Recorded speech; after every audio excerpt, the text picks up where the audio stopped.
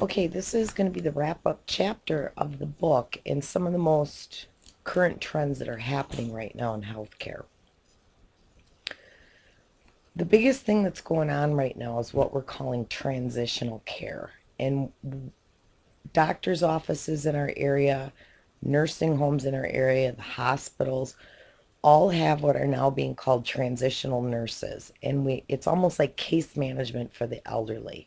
We really need to have a smooth model. It is coming out of evidence-based practice. And as a leader in gerontology, this will be an excellent role for you. We're going to look at the different settings that you're familiar with where older people live. And then again, there's a lot of the key terms, the differences between acute rehab, a lot of the adult day services, aging in place, meaning we want them to stay where we are. That greenhouse that we talked about where they have private living but communal kitchens for socialization and cooking and entertaining. Home care, long-term care facilities, long-term acute hospitals. Even our local nursing homes are noticing an increase in utilization of community resources. And this is the first time in a long time that we've had open beds. And this is fall of 2014. Another thing that has come out of the college's nursing advisory board is the need for nurses specialized in gerontology, as well as understanding the role of this transitional nurse.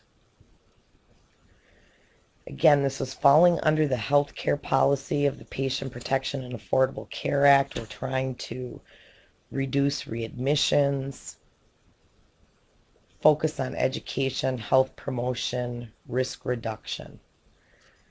The risks that come in this transition of care, which means anytime care is changed from the home to the hospital, from the hospital to the nursing home, from the nursing home to home care, what we've learned is that there's poor communication when there's numerous providers and the clients, and not understanding all those teaching principles that we talked about to the elderly.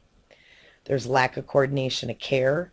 We're seeing we've talked about polypharmacy and medical discrepancies because, again, that transitional nurse can make sure that all doses are correct because we're supposed to be doing med reconciliation as the nurse at every change of contact with that client. There has been poor follow-up. Medicare and insurance companies are seeing the benefit of visiting the patients in the home a week after just as to make sure your medication's correct. Can you get to the bathroom? We've talked about health literacy.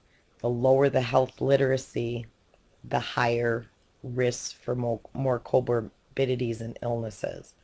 We know there are lack of support systems as our baby boomers are aging, their children are still working, and again, those cultural barriers that we talked about. If you are bilingual, this is a great advantage to have, having two languages to speak. With this information exchange, it is on communication that you have that solid relationship. The transitional care models, as I mentioned, are right now in our community in acute care, home care, long-term care, and even within the doctor's offices.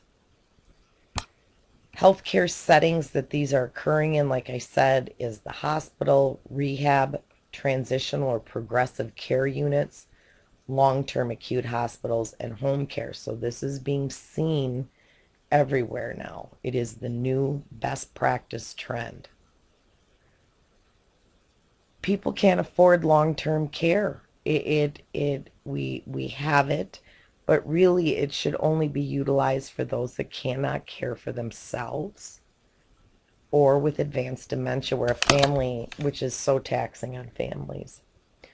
We do have dedicated units in long-term care facilities for people with mid to late stage Alzheimer's and other types of dementia.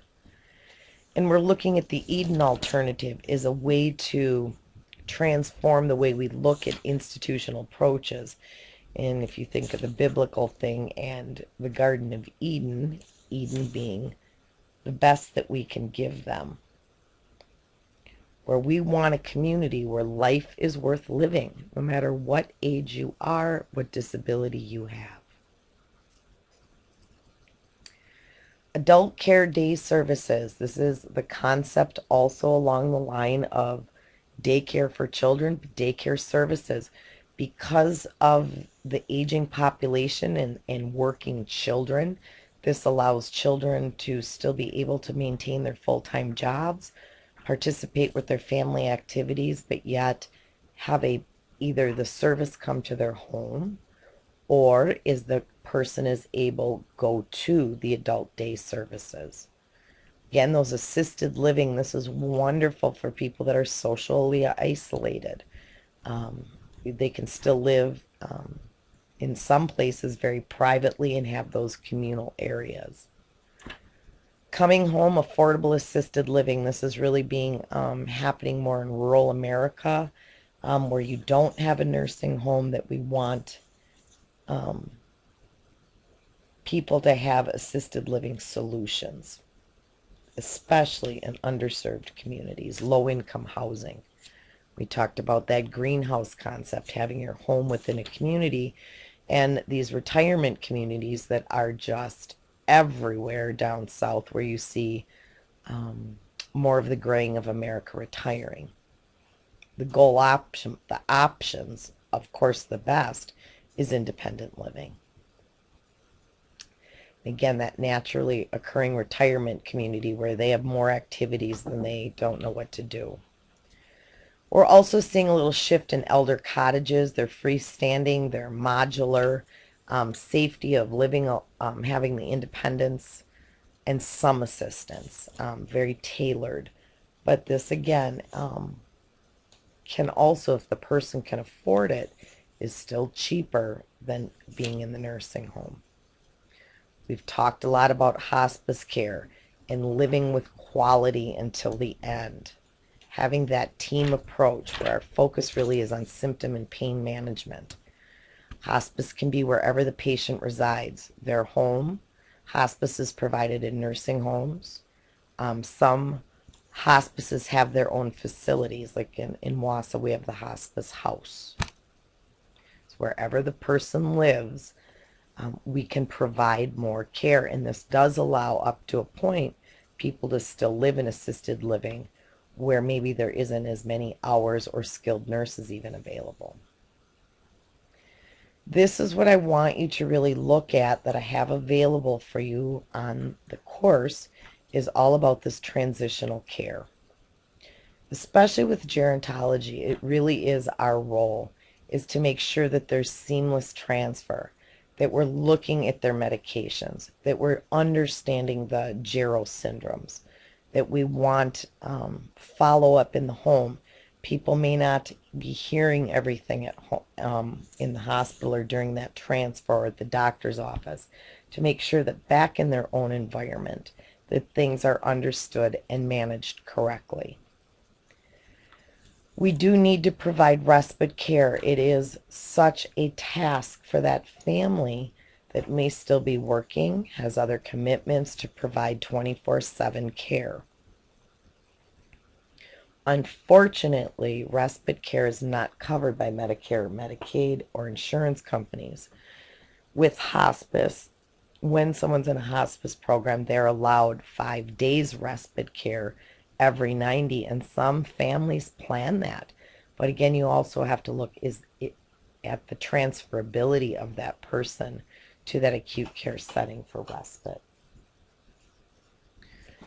So as we wrap up this course, you've learned a lot about specifics of teaching, gero syndromes, polypharmacy, dementia, depression, looking at all these things. And again, the most important as we move into the role of the specialist with gerontology is truly understanding that transition of care, and that what we're doing is based on evidence practice.